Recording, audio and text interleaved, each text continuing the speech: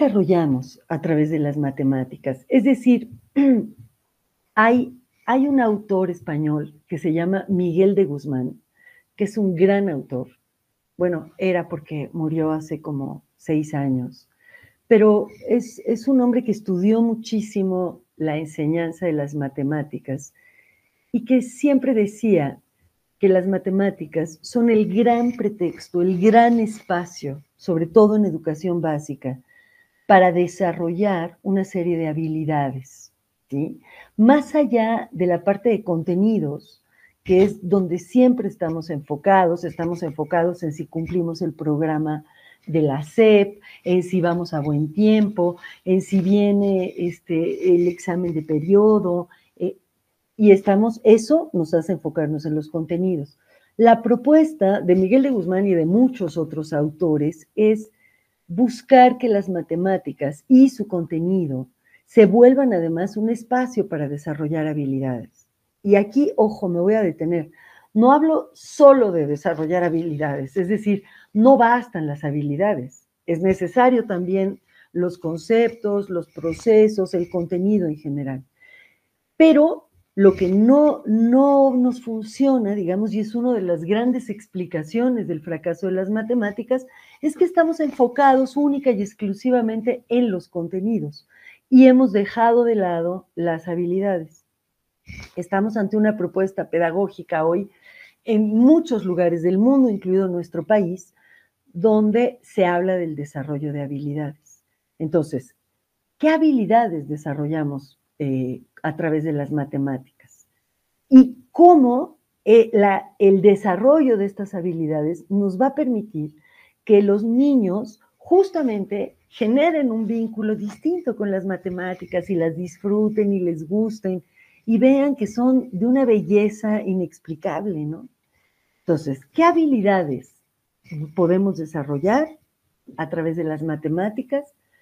El compromiso, es decir, el chiquitín inicia el desarrollo o la resolución de un problema o de un reto o el trabajo en una situación matemática y es capaz de quedarse hasta que lo termina, ¿sí? Se compromete con él mismo, no con el maestro o la maestra, se compromete con él mismo a terminar el problema, a resolver.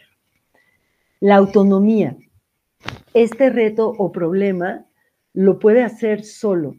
Y el hacerlo solo, la autonomía, le da satisfacción. Y aquí me gustaría que fuéramos pensando en esta primera diapositiva, que yo decía, me gustan las matemáticas, las entiendo, las disfruto, soy buena, con la satisfacción que va dando la adquisición de habilidades en los niños.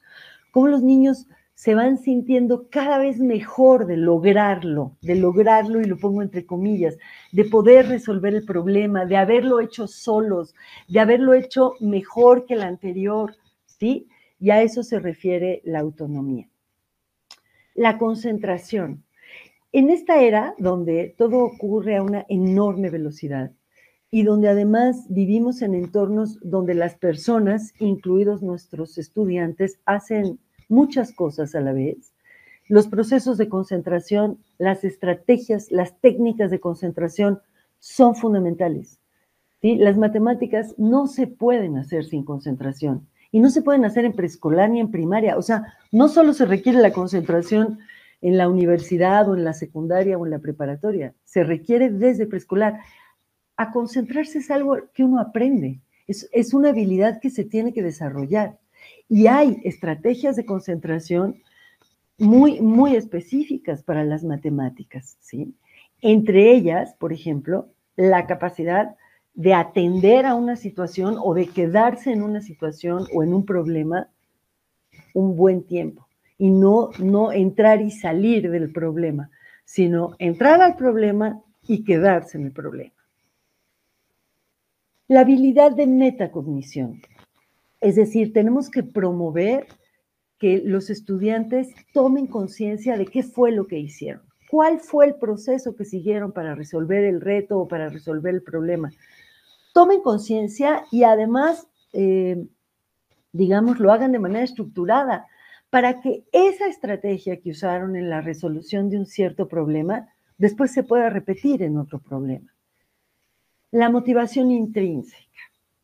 Miren, hay dos tipos de motivación en los estudiantes que seguramente ustedes como maestros, como docentes, pues manejan, ¿no? Ambas. La motivación extrínseca, es decir, cuando el estudiante hace algo porque va a recibir, o sea, hace matemáticas o resuelve un problema porque va a recibir algo de fuera. Va a recibir una calificación, va a recibir un reconocimiento, va a recibir un sellito en su cuaderno, va a recibir, creo que ahora ya no se recibe una estrellita en la frente, pero cuando yo era chica nos ponían estrellitas en la frente y eso pues hacía que todo el mundo viera que habíamos logrado algo y que es una motivación que es importante y que todos los docentes sabemos manejar, en qué momento entra la motivación extrínseca, cuando la proponemos. Pero hay otra motivación que es fundamental en matemáticas, que es la motivación intrínseca, es decir, lo hago porque me da muchísima emoción hacerlo. Lo hago porque para mí es un reto que yo me pongo a mí misma y resolverlo me hace sentir profundamente orgullosa de mí. Y esa motivación es una motivación que también tenemos que enseñar a nuestros estudiantes a desarrollar. La autoestima, ¿no? Nos sentimos satisfechos de nuestros logros, sentimos que sí podemos hacer las cosas y somos capaces, aunque el estudiante sea un chiquitín de preprimaria o de primero o segundo de primaria, es capaz de ir desarrollando la habilidad de la autoestima y pues, de poner frente o de blindarse contra el embate que siempre viene del exterior de, híjole, es que tú no vas a poder con las matemáticas, híjole, es que no eres bueno para matemáticas, ¿no? Fíjense, las matemáticas son una disciplina que categoriza un aula. ¿Qué quiere decir esto? Que parte el aula entre buenos y malos. El maestro manda mensajes, los mandamos desde luego sin darnos cuenta, sin que sea intencional, pero mandamos el mensaje de tú eres bueno, tú eres malo, tú eres buena, tú eres mala. Las familias mandan ese mensaje, el colegio manda ese mensaje, en la escuela están los que son buenos para mate, ¿no? La sociedad en general categoriza y a través de las matemáticas se produce esta categorización que no se produce con otras disciplinas. ¿Sí? O sea, nadie te felicita porque eres muy bueno en historia, lo cual es tristísimo porque sería maravilloso, pero no ocurre. O nadie te felicita porque escribas muy bien o porque leas muy bien, pero sí te felicitan si sumas fracciones. Y hay que quitar esta idea de que saber matemáticas es que eres buen estudiante y no saber matemáticas es equivalente a que eres un mal estudiante. Y esa también es nuestra labor. Hay estudiantes que serán mejores en matemáticas y hay otros que serán mejores en humanidades y otros que serán mejores en ciencias y otros que cada quien será mejor en algo, pero nosotros tenemos que proponerle a los chiquitines un espacio dentro del aula donde ellos puedan reconocerse, puedan valorarse y puedan admirar su trabajo, ¿sí? A eso se refiere la habilidad de la autoestima. Desarrollar también la posibilidad, desarrollar que tengan una actitud propositiva. ¿Qué quiere decir esto? Imagínense un chiquito de segundo de primaria que a medio salón levanta la mano cuando uno dice, bueno, ahora vamos a ver matemáticas. Y el niño levanta la mano y dice, yo encontré un problema y quiero que hagamos el problema que yo traje, ¿no? O fíjense que mi mamá es maestra de secundaria y me enseñó este problema que es de acomodar unos números y quiero traerlo al salón y quiero que lo hagamos entre todos.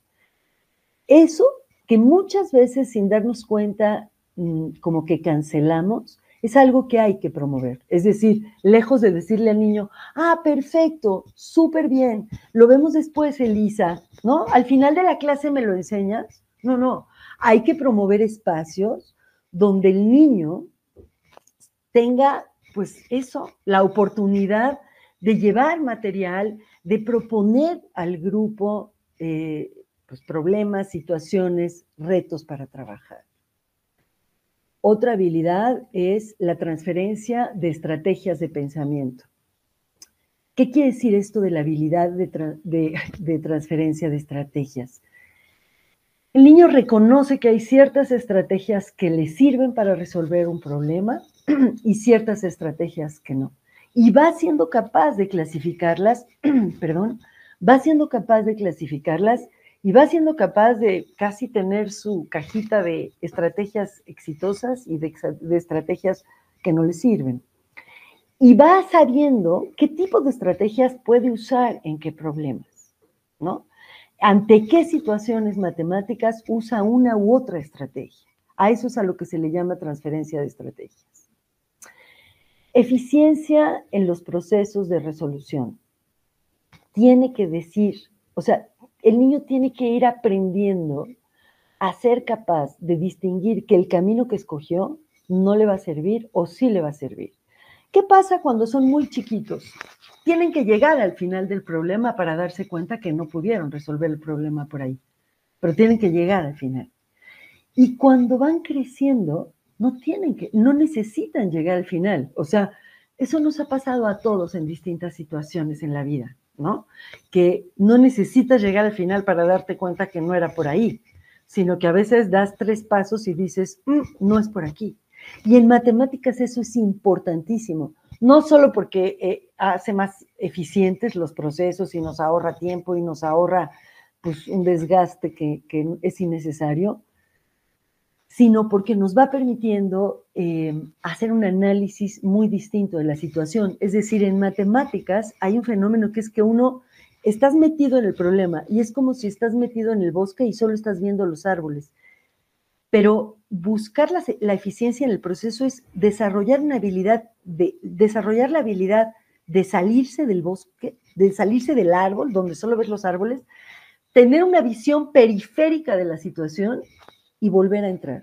Es ahí donde cuando el niño tiene la capacidad de tener esta visión periférica del problema, donde puede decir, voy por buen camino o no, el camino que elegí me va a llevar al fracaso. A eso se le llama eficiencia en el proceso de resolución.